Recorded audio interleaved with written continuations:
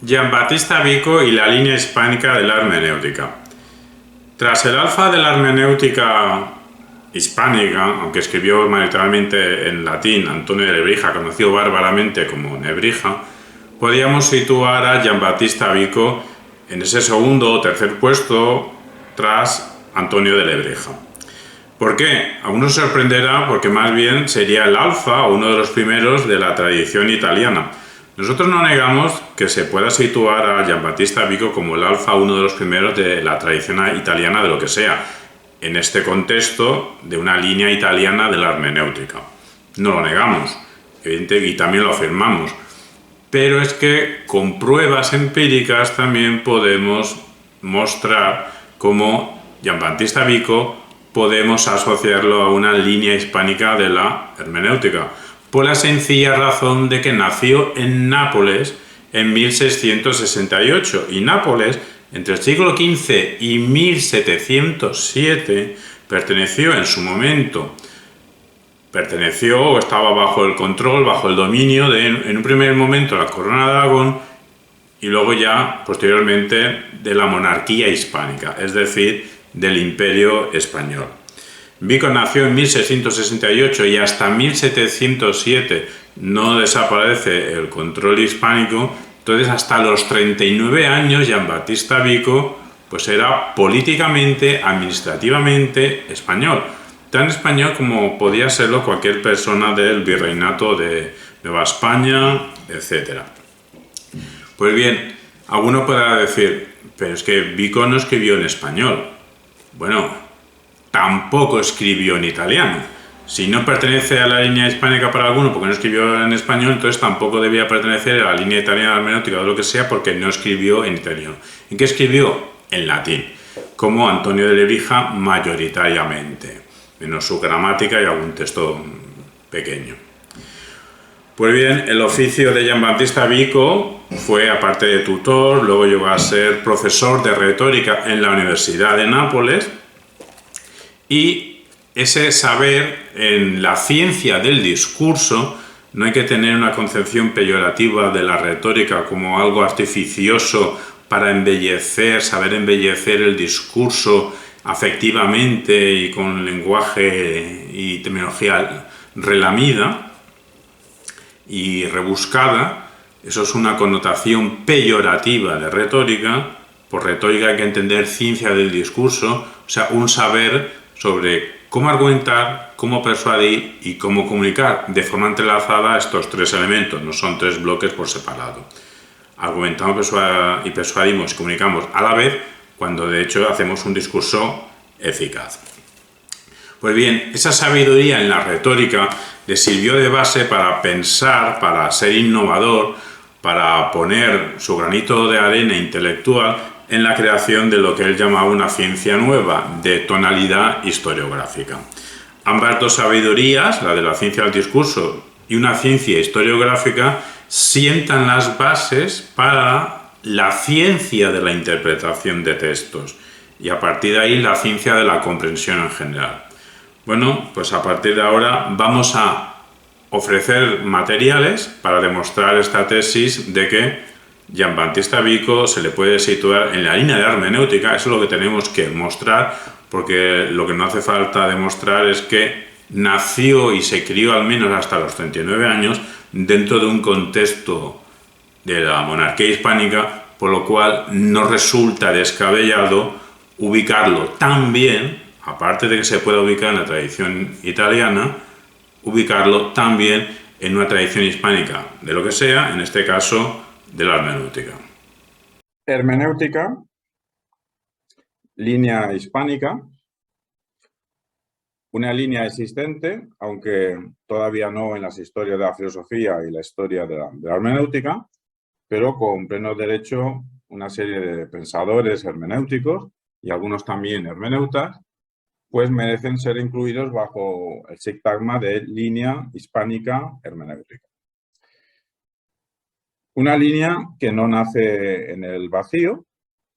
Vimos que hay una emergencia en una escuela llamada de traductores, pero que bien podría llamarse también escuela de intérpretes, la Escuela de Toledo, auspiciada por Alfonso X posterior de Castilla, pero posteriormente llamado el Sabio, hicieron una labor muy importante, como ya vimos, de recuperar obras, leerlas, traducirlas, comentarlas, interpretarlas, etc.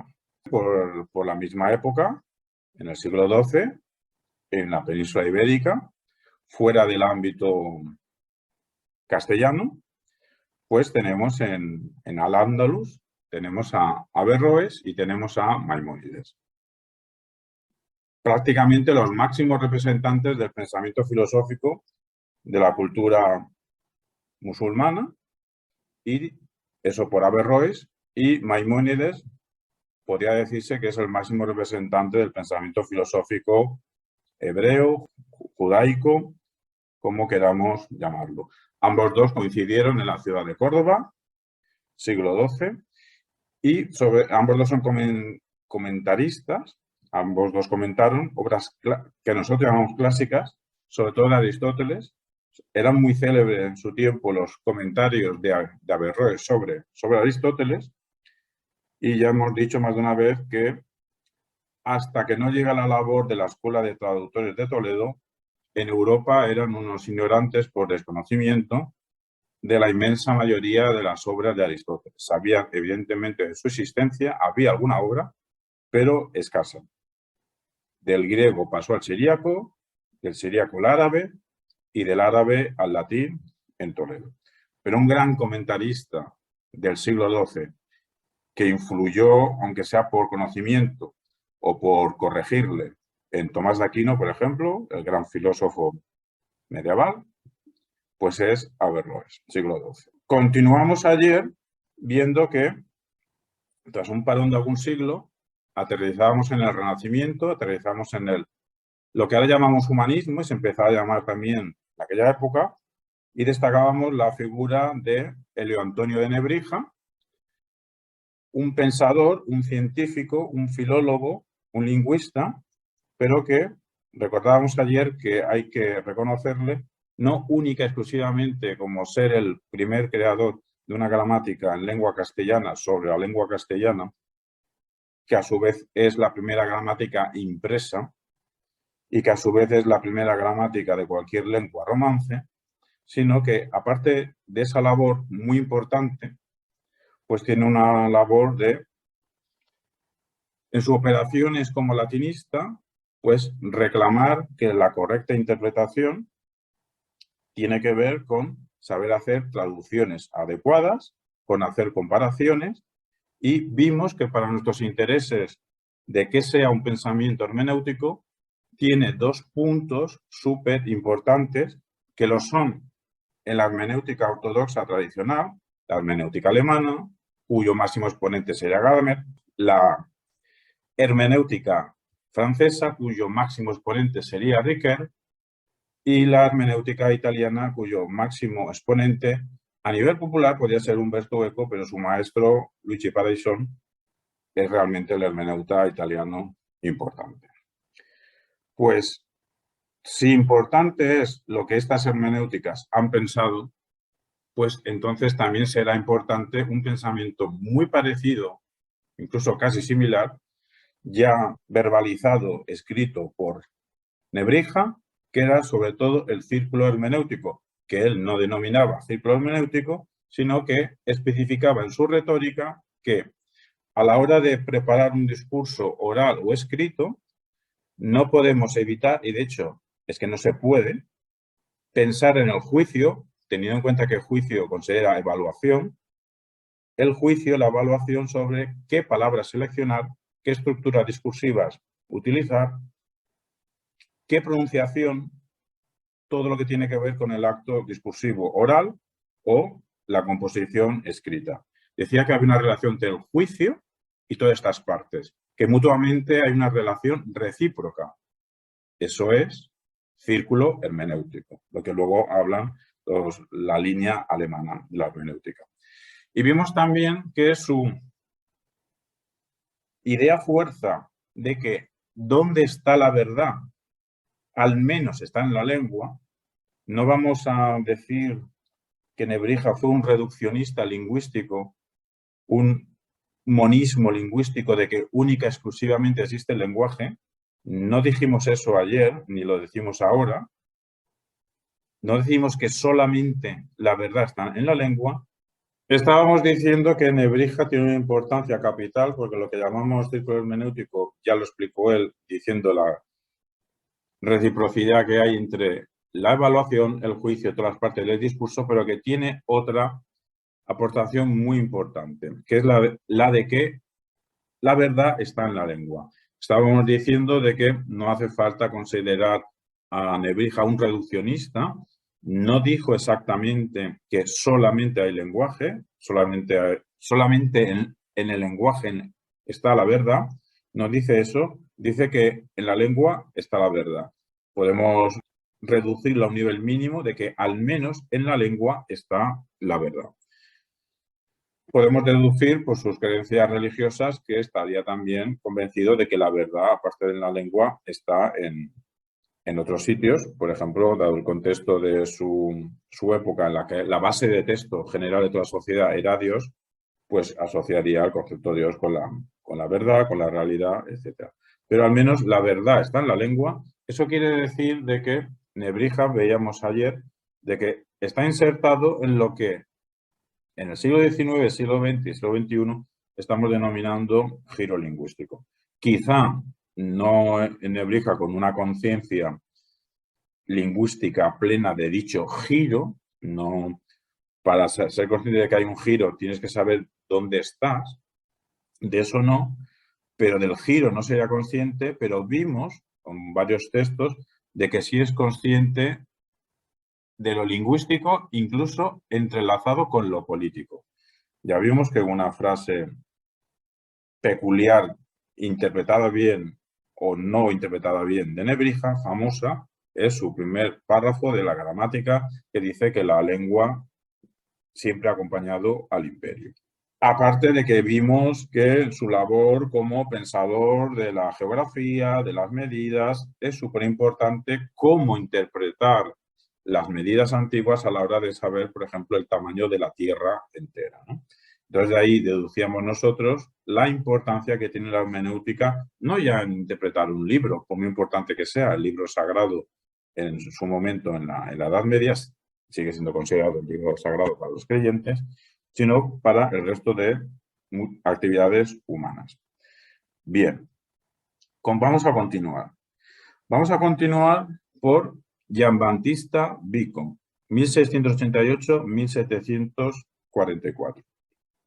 Alguno se sorprenderá que ahora diga a Vico si estamos en una línea hispánica, cuando Giambattista Vico, pues, sería un pensador iniciador, si acaso, de una línea italiana, de una línea hermenéutica italiana, de una línea que empezaría en Vico, continuaría en Croce, continuaría en Grassi, continuaría en Pareison, continuaría en Eco, en Bátimo y actualmente en Ferraris. Bueno, Bátimo, que yo sepa, sigue vivo. O sea, 3, 5, 7 pensadores hermenéuticos, a cual más potente. Y queda claro que Vico, 1688-1744, pasa por ser el gran humanista italiano. Y de hecho nosotros lo incluimos en esta línea. Pero podemos preguntarnos nosotros, ¿por qué hay que dar por hecho que Vico es un intelectual italiano? Porque para empezar, en 1688-1744, Italia no existía. Aparte de esto, Vico, en sus obras públicas, otra cosa es su vida cotidiana, Vico no escribía en italiano, escribía en latín. Ya vimos que en Nebrija casi toda su obra, al menos 2, estaban escritas en latín. Incluso se diría que, forzando, podría ser considerado un pensador hispano. Quizá alguno se podría sorprender porque un pensador hispano, si es considerado el iniciador del humanismo italiano. Bueno, muy sencillo. Nació en Nápoles en 1688 y en aquel entonces en 1688, Nápoles pertenecía, o allí había, un virreinato, un virreinato del Imperio Español. Y en Nápoles pertenecía a la Corona de Aragón desde 1504 y perteneció como virreinato del Imperio Español hasta 1707, todavía en vida de Vico. Es decir, otra cosa es, culturalmente, Vico sería de la cultura protoitaliana, como consideremos que haya que denominarla. Pero recuerdo que la presencia de la Corona de Aragón, de los aragoneses, en la península itálica, al menos en Nápoles en concreto, es desde 1504, que llegaron allí porque fueron solicitados para ir en auxilio de los napolitanos de estratagemas, de lo que ahora llamaremos franceses, porque Francia tampoco es que existía como el Estado actualmente en el Renacimiento, ¿no? Estaba en emergencia el Estado francés. Pues administrativamente Vico, culturalmente sea otra cosa, pero administrativamente Vico era tan perteneciente al Imperio hispánico, español, monarquía hispánica, al Imperio español, como se quiera denominar, como un habitante del Virreinato de Perú en 1700. Y culturalmente, por mucha presencia de la cultura protoitaliana que estuviese, si estoy diciendo que la presencia de aragoneses, catalanes y luego ya españoles en general, pues evidentemente la cultura ibérica e hispana, como ya queramos considerarla, le influyó. Por eso vamos a decir algo sobre Vico, porque tiene importancia para que sea el pensamiento hermenéutico. ¿Cuál podría ser su contribución al pensamiento hermenéutico para incluirlo en este módulo? Bien, pues basándonos en Ferrer Mora, siempre inicio la aventura de informarme de cualquier pensador filosófico, de cualquier filósofo, sumergiéndome en el diccionario filosófico de Ferrer Mora, pues Ferrer Mora nos dice contra quién pensaba Vico. Pues pensaba contra el cartesianismo, pensaba contra ese racionalismo, esa razón física que en aquel momento, a partir de la emergencia de Descartes, empezaba a cuajar por toda Europa. Descartes, que no tenemos tiempo ahora de extendernos, pero que también tuvo su influencia directa en él de pensadores hispanos. Escribiendo en latín, no en español, pero hay una influencia directa en Descartes, de pensadores de la escolástica hispana. Pues bien, Vico nos dice que esto de que únicamente la razón física pueda entender al ser humano, pues lo cuestiona. Nos hace falta otro tipo de razón. Un tipo de razón que muy posteriormente, Ortega y Gasset llamaría razón histórica. También otra época de su vida llamó algo parecido razón vital. Dice que Vico, que el ser humano solamente puede comprender de manera perfecta las cosas que el mismo ser humano hace. Y como la naturaleza no lo ha hecho el ser humano, en una concepción de esta época, pues por estadística, mayoritariamente la naturaleza era entendida como una creación divina, pues si la naturaleza no era una creación humana, podría ser pensada por el ser humano, mas no entendida. Como estamos en hermenéutica, que es entender, que es comprender, para Vico, comprender de verdad, entender las claves de la naturaleza, por mucho que quiera avanzar la razón física, no vamos a entenderlo del todo. Podemos pensarlo. Como pregunta en el aire, de la cual no tengo yo mismo la respuesta, podríamos preguntarnos si esa pregunta en 2022 se podría responder de una manera distinta a Vico, ¿no? Quiere decir que si todavía en 2022 se podría afirmar lo de Vico, de que con la razón física no podemos entender, los humanos no podemos comprender la naturaleza, ¿no? Por mucho que haya avanzado las teorías del mundo subatómico y los cuerpos celestes, etc. Lo dejo ahí en el aire. Pero Vico, si dice, por este callejón de lo que llamaríamos nosotros fisicismo, no podemos continuar comprendiendo todo, pues habrá que ir por otro lado. Ese otro lado es el recorrido de la historia, de lo histórico. En este recorrido de lo histórico, Vico, su doctrina es reducir la verdad a lo hecho, a las acciones.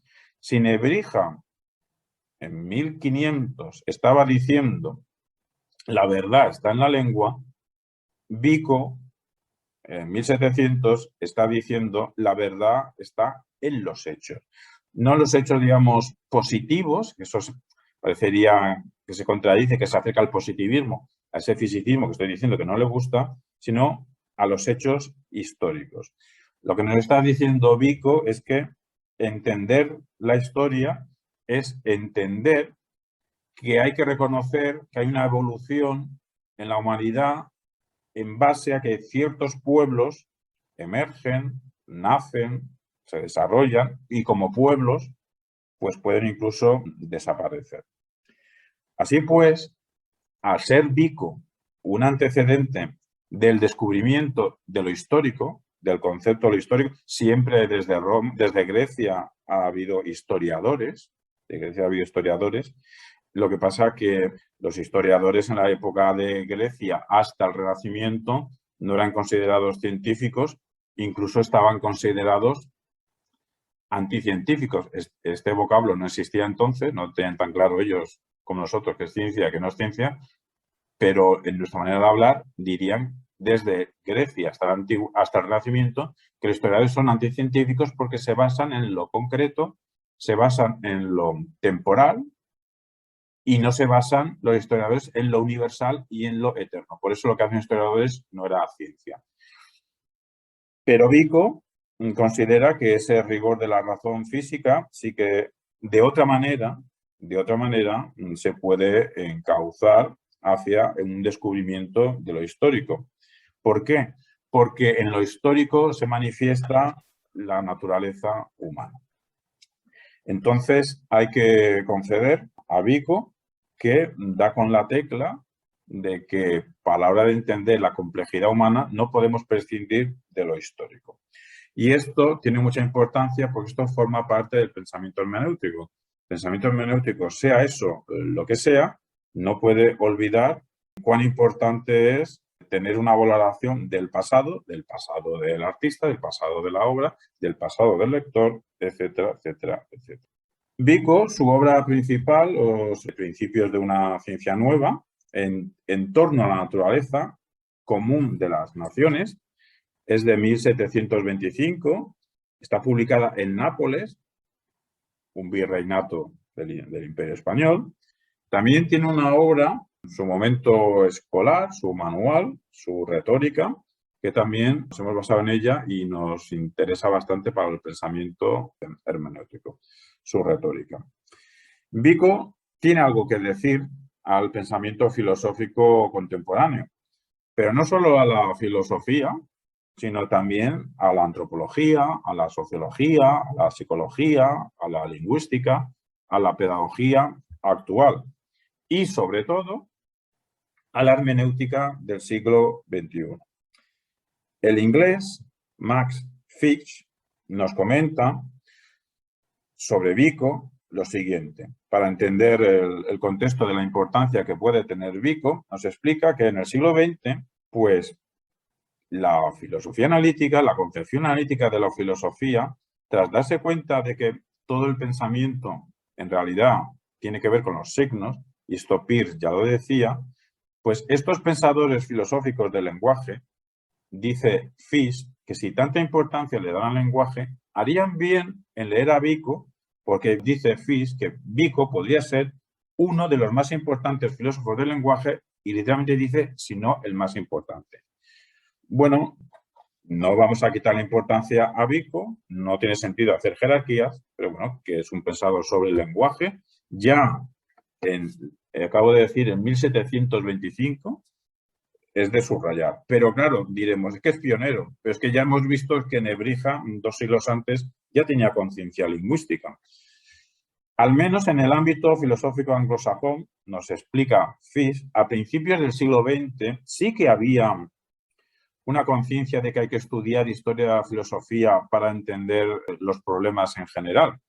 Pero luego, a mediados del siglo XX, una vez instaurado la concepción analítica de la filosofía, muchos analistas erróneamente creyeron que su labor única y exclusivamente tenía que ser pequeñas contribuciones técnicas, pequeñas matizaciones, y para realizar esas matizaciones como si pensasen de cero, pues no les hacía falta la historia de la filosofía o incluso les estorbaba por introducirle prejuicios, intentaban pensar como de cero sin verse influidos.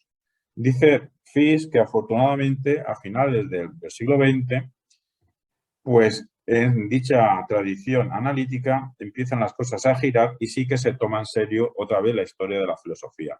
Nosotros lo único que hacemos es puntualizar que nunca dejó de tomarse en serio la historia de la filosofía en la concepción analítica de la filosofía. El caso más simbólico es Bertrand Russell, que entre sus 100, 150 o 200 libros que publicó, es uno de las personas en general, no filósofo, digo escritor, sea filósofo o no filósofo, el escritor, Russell era filósofo, que más libros ha publicado Bertrand Russell, entre ellos son, en 2 tomos, la historia de la filosofía occidental. Bertrand Russell, claramente, uno de los pioneros de la filosofía analítica, tiene una historia de filosofía. Y aunque no podemos hablar de filosofía analítica hacia atrás en el tiempo, mucho más, antes de Frege, mucho más no, un poquito más, un poquito antes sí, pero Leibniz no sería un pensador analítico, pero sí que sería un pensador lógico, y Leibniz trabajaba como historiador, como cronista de la época. Como vimos ayer, que Nebrija también acabó trabajando de cronista, de historiador de su época. Pues bien, dice Fish, pues entonces todo aquel analítico o no analítico que quiera hacer filosofía, que quiera pensar hoy, tiene que tener en cuenta qué es la historia, qué es la historia de la filosofía, y tiene entonces que acercarse a principios de una ciencia nueva de Giambattista Vico. Max Fish reconoce que existen 2 campos de investigación en filosofía de la historia, más bien de filosofía especulativa o bien de filosofía analítica, pero que reconoce que al final la concepción analítica de la filosofía, como estoy diciendo, no le queda otra que entrar en Vico. Entonces nos recuerda un libro, León Pompa, que es un estudio sobre Vico en 1975, y según León Pompa demuestra la conexión, la vinculación, más bien nosotros diríamos sintonía de pensamiento, ¿no? Pero el caso es que León Pompa, en su estudio sobre Vico de 1975, según Fish, demuestra la conexión entre Vico y la filosofía analítica de la historia. ¿Por qué? Por la coincidencia de que ambos 2 tradiciones, la que inicia Vico y la filosofía de la historia, la filosofía analítica de la historia, da mucha importancia al problema de la explicación histórica, de que sea eso de la explicación histórica. Al final, eso de que sea la explicación histórica es Davidson el que nos aporta el contenido de que en historia es mejor no hablar de causas y efectos, sino es mejor hablar de razones que explican un fenómeno histórico y repercusiones que pudiera tener ese fenómeno histórico. Vico tiene contenidos que a Gadamer le importaban. Como mínimo, lo más bajo que podemos decir es que en Vico hay contenidos que a Gadamer le importan. Por eso lo cita, por eso lo comenta. He ahí que nosotros lo estamos exponiendo brevemente a Vico, porque tiene importancia para el pensamiento hermenéutico, y ahí lo que le estamos diciendo ahora que sale en Verde Método, solo decimos que, aunque Vico es un pensador del contexto italiano, es un pensador que inicia una hermenéutica italiana, es italiano, pero también se le puede considerar mínimamente en intersección con la tradición hispana por los motivos que he dicho inicialmente. Posiblemente Gadamer lo consideraría italiano 100%. Cuando administrativamente, al menos, era perteneciente al Imperio Español, el Virreinato de Nápoles. Esa ciencia nueva que quiere construir Vico sería la ciencia de la historia. Hay que Gadamer, al pensar la historia, al margen de la actitud científica positivista, le interesa a Vico, pues sería la ciencia de la historia, esa ciencia nueva que quiere Vico. Hay que recordar lo que he dicho antes, que desde la antigüedad hasta el Renacimiento un historiador no era científico, no era en nuestro vocabulario un anticientífico, porque el historiador toda la vida se ha dedicado a lo local y lo temporal y no se ha dedicado a lo universal y a lo eterno. Entonces, la pregunta clave para nosotros, ¿dónde está el componente hermenéutico en Vico? Para que valga la pena leerse su retórica y para que valga la pena leerse sus principios de una ciencia nueva. Pues en lo siguiente, pues en que en Vico encontramos lo siguiente, el siguiente contenido. El quehacer de una ciencia es hacer inteligibles hechos de cierto tipo, de cualquier ciencia, la ciencia física, hechos físicos, etcétera, etcétera. Pero Vico dice que el quehacer de una ciencia es hacer inteligibles hechos de cierto tipo. Lo que yo quiero subrayar es lo de hacer inteligible. Lo de hacer inteligible un texto o un objeto de la realidad, eso es una operación hermenéutica. Y añade Vico, y no solo averiguarlo, no solo averiguar algo, sino hacerlo inteligible. He ahí que los científicos también necesitan formación en oratoria, formación en composición escrita, formación en comunicar ante un público, porque no basta con que un científico averigüe algo, sino que tiene que ser también hábil a la hora de divulgarlo, transmitirlo, etc. ¿Y dónde está? Podríamos preguntarnos entonces, preguntarle a Vico, ¿dónde está esa inteligibilidad en los hechos? ¿Cómo se consigue? Pues Vico da la respuesta, estudiando su aparecer, su emergencia. Literalmente dice aparecer. La palabra emergencia la utiliza, o el emerger, la emergencia la utiliza mucho Bunge, Mario Bunge. Así, el objetivo último de la ciencia nueva que le importa a Vico, lo que nosotros llamaríamos ciencia de la historia, pues el objetivo último de la investigación histórica es el desarrollo, en el tiempo, el desarrollo histórico, ¿de qué? Del mundo cultural. ¿Y qué es el mundo cultural? El mundo de las instituciones humanas. ¿Por qué? ¿Por qué lo que más interesa? Porque los objetos culturales son los únicos objetos que realmente el ser humano puede comprender al 100%, porque los hemos hecho nosotros, o nuestros antecedentes, nuestros antepasados, pero humanos también. He ahí la importancia de la ciencia de la historia, ciencia nueva, decía Vico. Y esa ciencia nueva, para Vico, es teórica, es práctica. Tras este paréntesis en la línea hispánica, podría sorprender poner a Vico en la línea hispánica, Vico inicia una línea italiana que empieza en Vico y acaba en Mauricio Ferraris.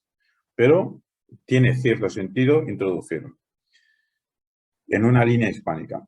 Esperando que haya sido de utilidad estos materiales, recordamos la idea básica con dos elementos que queremos transmitir con este material audiovisual. Uno, que Giambattista Vico cabe situarlo en la ciencia de la interpretación por sus aportaciones sobre cómo comprender los textos, la realidad y el ser humano. Y dos, por su posición administrativa bajo el Imperio Hispánico, al menos hasta sus 39 años, podemos ubicarlo también, aparte de una línea italiana de la hermenéutica, también en una línea hispánica de la hermenéutica.